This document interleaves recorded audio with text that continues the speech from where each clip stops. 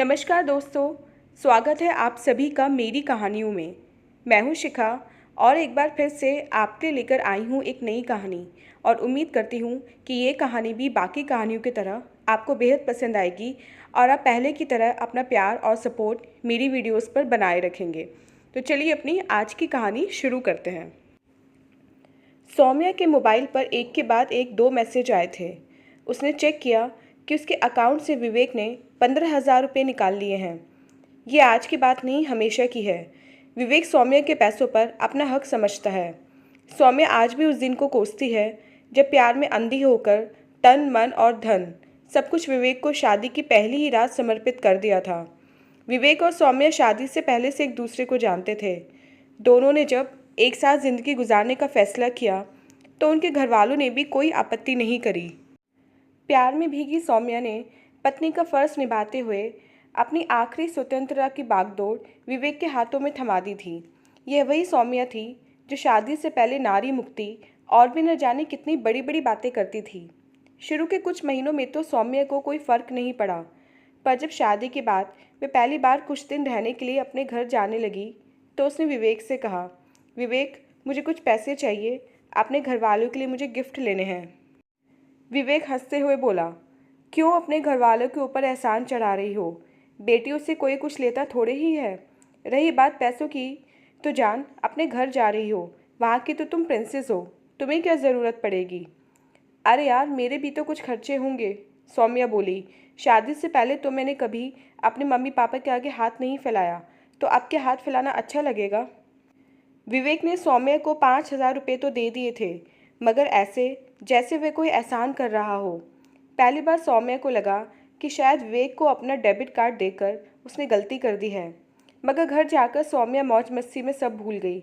सौम्या अपने पापा की लाडली थी, इसलिए जब वे वापस आई तो उसका पर्स नोटों से भरा हुआ था। कुछ दिनों तक जब तक सौम्या का पर्स नोटों से भरा हुआ रहा, यह बात आई गई हो गई थी। फिर अगले महीने जब सौम्या को पार्लर जाना हुआ तो उसने विवेक से पैसे मांगे, तो विवेक ने 1,000 रुपये पकड़ा दिए। सौम्या ठुनकते हुए बोली, यार इतने पैसों में तो कुछ भी नहीं होगा, कोई भी फेशियल 1,200 से नीचे का नहीं है, और फिर मुझे वैक्सिंग, आईब्रोज, ब्लीच भी कराना है, और मैं तो बालों को हाईलाइट कराने की भी सोच रही थी। इससे पहले कि विवेक कुछ बोलता, सौम्या की सास कल्पना बोल पड़ी, अरे मेरा सौम्या बेटा वैसे ही इतना सुंदर है, पार्लर जाकर अपनी नैसर्गिक खूबसूरती को ख़त्म मत करो। सौम्या ने विवेक की तरफ देखा तो वह बोला, बस आईब्रोज और थोड़ा हेयर ट्रिम करा लो और बाकी पैसे तुम्हारे। सौम्या को समझ नहीं आया कि कैसे रिएक्ट करे। अतः वह चुपचाप पार्लर चली गई और थोड़ा बहुत कुछ कराकर मार्केट चली गई। वेस्ट साइड पर बेहद खूबसूरत कुर्ते आए हुए थे। एक कुर्ते को देखकर सौम्या की नज़र ठहर गई। ग्रे कुर्ते पर लाल फूल थे और लाल फूलों वाला प्लाजो व लाल और ग्रे रंग का दुपट्टा। जब सौम्या ने रेट देखा तो 1,500 का टैग देखकर उसने ठंडी आह भरी। घर वापस आकर जब सौम्या ने विवेक को सूट के बारे में बताया तो वह बोला, तुम्हारी इसी फजूल खर्ची को रोकने के लिए तुम्हारा डेबिट कार्ड मैंने अपने पास रखा है। कल्पना भी मीठी मुस्कान बिखेरते हुए बोली, बेटा शादी के बाद तेरा मेरा कुछ नहीं होता, बस हमारा होता है। मेरी सारी साड़ियाँ तुम्हारी हैं, ऑफिस में बदल बदल कर पहना करो। सौम्या मन महसूस कर रह गई। वे कैसे कहे कि वे इतनी चमक दमक के कपड़े पहनना पसंद नहीं करती है। एक दिन सौम्या ने अपनी मम्मी से जब अपने डेबिट कार्ड के बारे में बात करी तो वे बोली, अरे तो क्या विवेक तुम्हें अब्यूज़ करता है? तुम्हें किसी चीज़ की कमी है क्या? सौम्या ने कहा, मम्मी बात मेरी फ्रीडम की है, मेरे पैसे हैं, जैसे चाहे वैसे खर्च करूं। मम्मी बोली, तेरी इसी फजूल खर्ची के कारण विवेक ने यह किया होगा। सौम्या को लगने लगा था कि शायद वही गलत है, विवेक सही है, मगर रोज़ उसे विवेक के आगे हाथ फैलाना अच्छा नहीं लगता था। जब कभी भी वह विवेक से अपने डेबिट कार्ड को वापस करने को बोलती तो वह हमेशा कहता, अगर मैं गलत कर रहा होता तो तुम्हारे मम्मी पापा क्या ऐसा होने देते? मगर सौम्या को यह गुलामी वाला जीवन रास नहीं आ रहा था। आज शुक्रवार है। सौम्या की पूरी टीम का बाहर शॉपिंग और मस्ती करने का इरादा था। जैती ने सौम्या से पूछा, चलोगी ना तुम भी? हाँ चलूँगी, मगर आज मैं अपना वॉलेट घर भूल गई हूँ, सौम्या ने कहा। जैती खिलखिलाते हुए बोली, अरे तो क्या मुश्किल है, मेरा कार्ड स्वाइप कर लेना। उस दिन सौम्या ने खूब मज़ा किया। तय था कि सारा खर्च बराबर बांट लेंगे। सौम्या के हिस्से में 2,000 खाने पीने का खर्च था और सौम्या ने कुल 1,000 की एक ड्रेस भी ले ली थी। जब सौम्या रात को 11 बजे घर लौटी तो पूरा घर सो चुका था। विवेक सौम्या को देखकर बोला, यह क्या, तुमने शराब पी रखी है? सौम्या हंसते हुए बोली, अरे यार, भूल गई क्या? पहले भी तो मैं तुम्हारे साथ हर फ्राइडे नाइट ऐसे ही पीती थी। हाँ, पर यार तब की बात और थी, विवेक बोला। अब हम शादीशुदा हैं, हम पर घर की जिम्मेदारियां हैं। तुम्हारी इसी फजूल खर्ची के कारण मैं तुम्हारा डेबिट कार्ड नहीं देता हूँ। सौम्या बोली, पर मैंने तो जैती से लेकर 4,000 खर्च कर दिए हैं आज। विवेक गुस्से में बोला, क्या ज़रूरत थी? जैती जैसी औरतों के आगे पीछे कोई नहीं है। उन्हें तो तितली बनकर उड़ने का शौक होता है ताकि नया शिकार फंसा सकें। सौम्या को विवेक का जैती के बारे में ऐसा बोलना बिल्कुल अच्छा नहीं लगा। सोमवार को पूरा दिन सौम्या जैती से नजरें चुराती रही। सौम्या को ऐसे पाई पाई का मोहताज होना अच्छा नहीं लग रहा था। सौम्या रोज विवेक से जैती को देने के लिए पैसे मांगती। विवेक रोज उसे एक लंबा चौड़ा लेक्चर देता।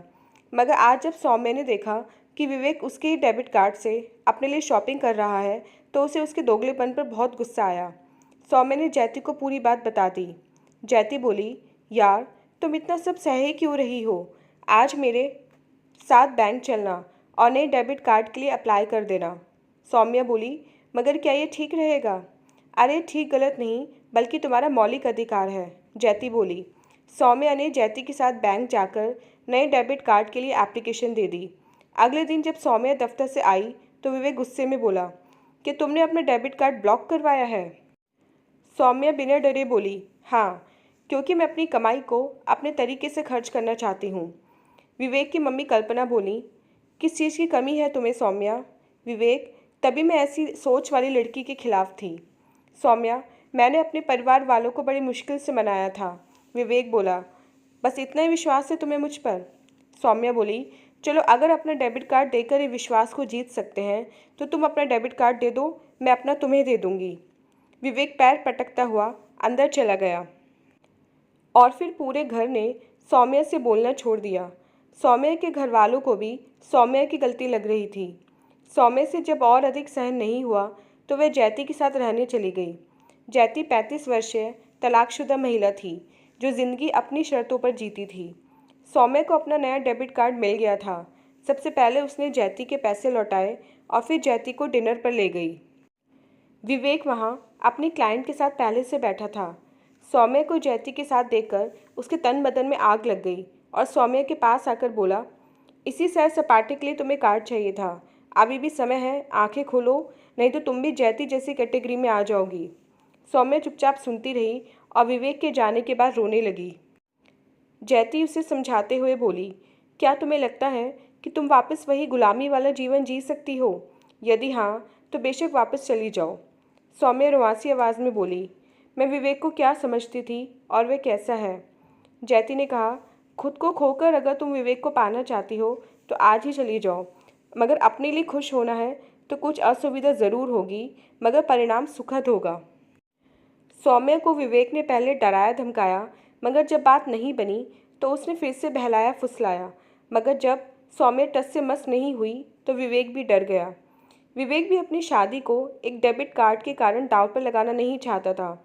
एक आम पति की तरह वह सौम्या की हर चीज़ पर अपना हक समझता था, मगर वह ऐसा करते करते भूल गया था कि वह सौम्या के मौलिक अधिकार का हनन कर रहा है। विवेक ने सौम्या को फ्राइडे की रात फ़ोन करके डिनर के लिए बुलाया। सौम्या जब पहुंची तो विवेक पहले से ही वहां बैठा उसकी प्रतीक्षा कर रहा था। विवेक सौम्या से बोला, सौम्या, आई एम सॉरी, मैं शादी के बाद अपनी सीमा रेखा भूल गया था। सच पूछो तो जब तुमने मुझे अपना डेबिट कार्ड खुद ही दे दिया था तो मुझे लगा कि शायद मैं तुम्हारी पूरी ज़िंदगी को अपने हिसाब से कंट्रोल कर सकता हूँ। बिना मेहनत करे तुम्हारे डेबिट कार्ड से पैसे निकलवाने में मुझे मज़ा आने लगा था, मगर मैं गलत था, यह मुझे एहसास हो गया है।